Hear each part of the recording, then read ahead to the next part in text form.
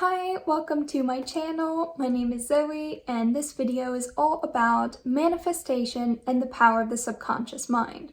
Now, have you ever tried to change your life, maybe set a routine, achieve a goal, break a bad habit, but somehow, no matter how hard you consciously try, you still end up self-sabotaging? Well, in this video, I want to talk a bit about why this can happen and how you can actually create the life you want by focusing on the subconscious mind.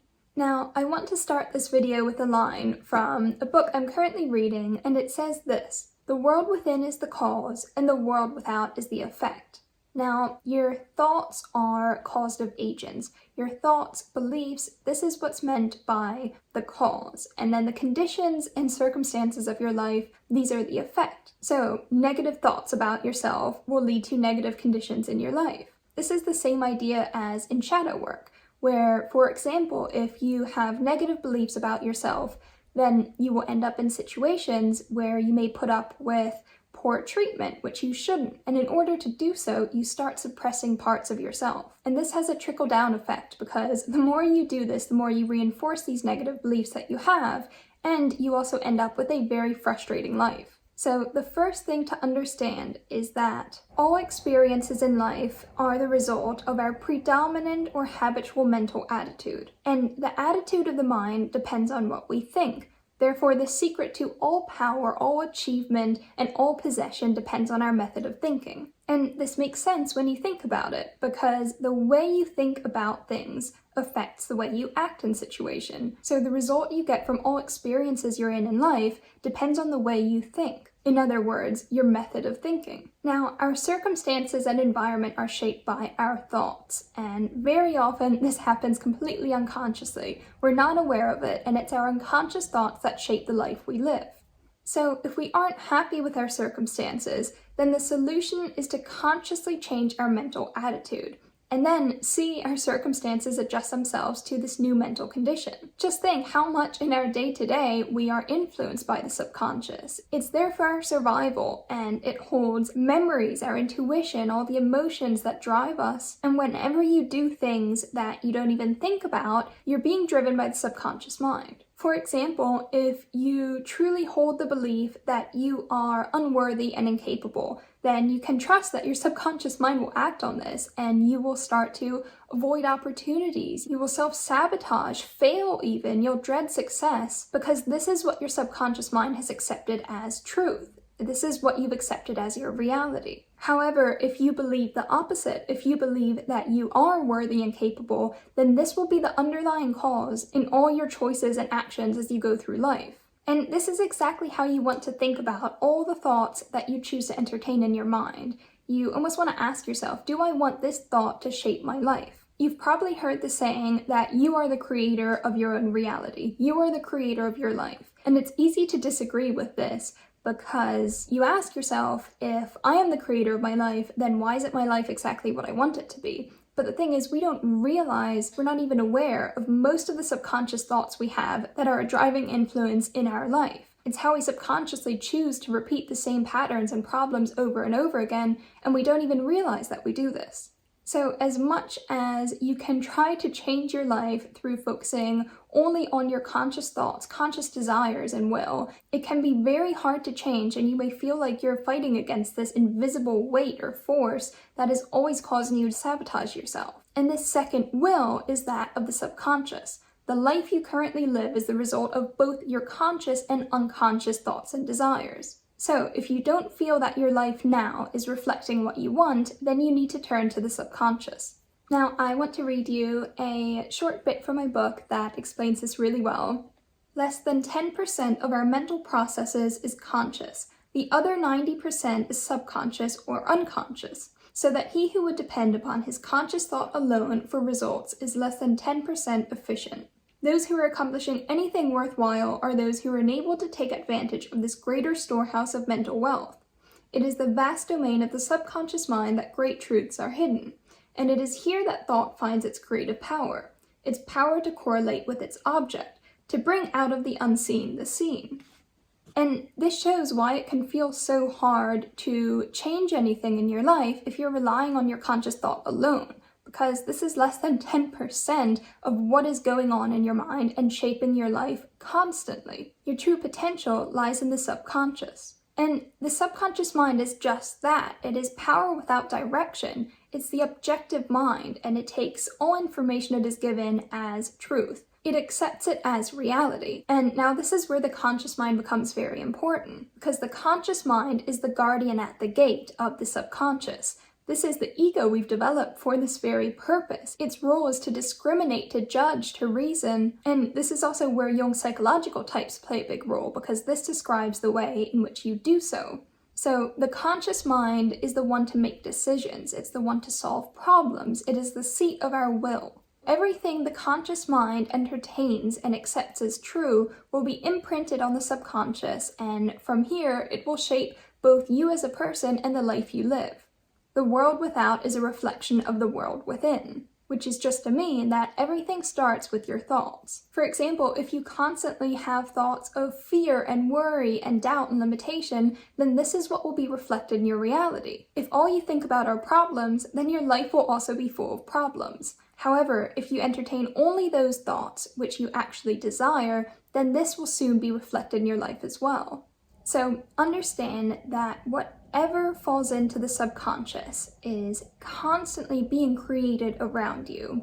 The key then is to sharpen the conscious mind, to use it and learn how to control it as this guardian at the gate of the subconscious mind, which holds all your power and potential. And you do this by using your conscious mind to select only those thoughts which you want. The book calls this mentally stating what you want, and this is what will then be absorbed by the subconscious mind.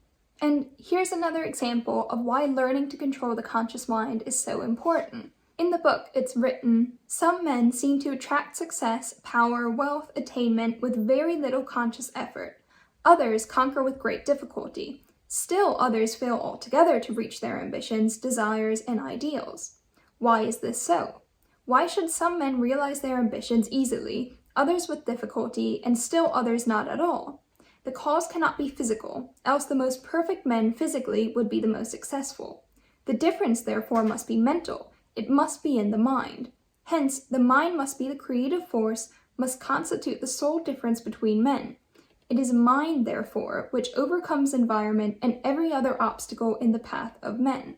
And this reminds me of something that Brian Tracy says, which is that whatever you hold in your conscious mind on a continuous basis, whether good or bad, will be created in your reality. Every thought tends to become a material thing, because if you think about it, everything is vibrations. The way we perceive light and sound, everything is vibrating at a certain frequency, and so do we. And like attracts like. Whatever you entertain in your mind will become your reality. So then what do we do about negative thoughts and self-sabotage? I've done a whole video about shadow work, which deals with exactly that. I can link in the description if you want to check that out. But learning to control the conscious mind is very simple but very difficult. I think a lot of people very easily disregard manifestation because it sounds too easy, because it is simple, but this is just the law, this is knowledge. Actually doing it is a very different story. Have you ever tried for a single day to only have thoughts in your mind that are things you desire and wish to be true? It's extremely difficult, and this is why the subconscious mind is also called the habit mind, because it has absorbed all past thoughts, and the only way to change this is by giving it enough new thoughts to eventually outweigh this.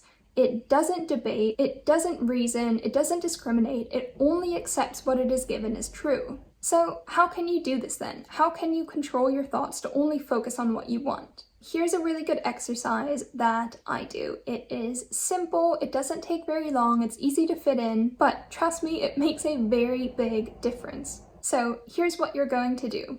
Every day you want to find a spot where you can sit quietly for 15 minutes. Treat it like meditation, except that you want to inhibit all thought and only allow thoughts of that which you desire. You want to only have positive thoughts. You can use this time to reflect on things you're grateful for, appreciate what is good in your life now, and also imagine your dreams and vision. Use this time to really visualize what it is you desire and really feel what this is like. You can treat it as an imaginary world that you always come back to and you expand upon, and you feel like you're living in it. You feel like you're experiencing these things because this is what makes it real to the subconscious. I find when I do this, I often sit there unknowingly with a smile on my face, and I feel so good afterwards that when I do eventually slip back into habits of worrying and stressing over things, it feels strange because it stands out so much.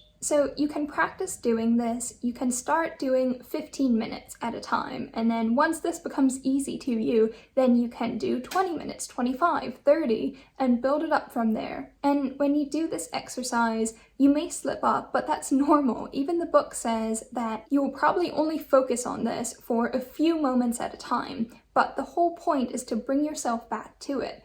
The mind is just like a muscle. It takes time and practice to develop and to become stronger. And you'll notice that if you stick with this and you do it often, you'll actually get better and you'll be able to do it longer at a time. You can focus your thoughts and be intentional about it much easier than you would before. And this is the whole point, because you gain more control over the conscious mind. And eventually, this is what you can then start to do throughout the day. You're bringing yourself back to the thoughts that you want to entertain. Then, over time, you basically feed the subconscious mind the things you want to give it. You feed it images of the life that you want, and this will be created. And when you do this exercise, you will see how even just focusing for 15 minutes only on the thoughts you desire and not letting any negative thoughts in will show you how difficult it is for us, and that out of the roughly 60,000 thoughts we have a day, most of them aren't intentional, most of them aren't what we want, and yet they shape our lives every single day. This isn't about being perfect, but the exercise will help you start to tip the scales. So much of the subconscious mind is habit, and the way you can change this is through enough thoughts to create a new habit and replace it. Then, instead of your default being worrying and stressing every day and expecting the worst, just imagine then what your life would look like if the thoughts that you don't even think about, that are always running in the back of your mind, are instead positive, encouraging, and uplifting. It will have an influence over everything that you do. Now, to end this video, I want to read you one last bit from the book that you can take away. Every thought tends to become a material thing. Our desires are the seed thoughts that have a tendency to sprout and grow and blossom and bear fruit. We are sowing these seeds every day. What shall the harvest be? Each of us today is the result of his past thinking. Later, we shall be the result of what we are now thinking. We create our own character, personality, environment by the thought which we originate or entertain. Thought seeks its own. The law of mental attraction is an exact parallel to the law of atomic affinity. Mental currents are as real as electric, magnetic, or heat currents. We attract the currents with which we are in harmony. Are we selecting those which will be conducive to our success? This is the important question. Now, I hope this helps. Let me know how it goes for you if you give the exercise a try. And thank you so much for watching. I'll see you next time. Bye.